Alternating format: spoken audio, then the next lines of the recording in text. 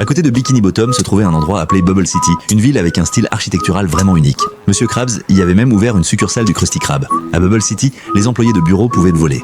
Les bus n'avaient pas de limite de passagers et les gens n'avaient même pas besoin d'utiliser les portes pour aller au travail. Ils se faufilaient directement dans leur bureau. Quand Bob l'éponge avait faim, il pouvait attraper un hot dog bulle, mais il mangeait de plus en plus de ces bulles. Juste à ce moment-là, un travailleur est venu voir Bob l'éponge pour demander de l'aide. Le pneu de son vélo avait éclaté. Bob l'éponge a immédiatement montré ses talents de souffleur de bulles et lui a offert une toute nouvelle super moto. Cela a incité la foule à commencer à faire des vœux aussi. À ce moment-là, SpongeBob était pratiquement un dieu dans Bubble City. Il améliorait les maisons des gens, puis il soufflait des bulles en forme de véhicule tout-terrain à 4 roues et il a même fabriqué un fauteuil roulant électrique pour un vieil homme. En soufflant des bulles, il dansait joyeusement. Mais des accidents ont vite suivi. Il a accidentellement marché sur le chien bulle de quelqu'un.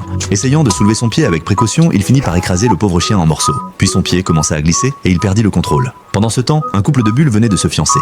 SpongeBob s'est écrasé directement sur eux, brisant d'abord la mariée. Et avant que le marié ne puisse même pleurer, SpongeBob l'a envoyé la rejoindre. Partout où SpongeBob passait, rien ne restait debout. Il a finalement cessé de glisser sur la plage, mais la ville était déjà en ruine.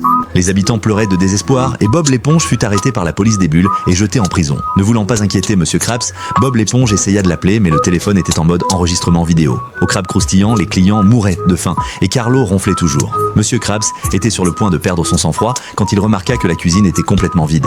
Heureusement, un message bulle est arrivé juste à temps. Monsieur Krabs ne pouvait pas rester là sans rien faire. Il a ouvert les murs de la prison avec désinvolture, mais Bob l'éponge a choisi de rester pour expier ses erreurs. Monsieur Krabs ne s'en souciait pas. En un instant, il a détruit toute la prison et même aplati toute la ville de Bubble.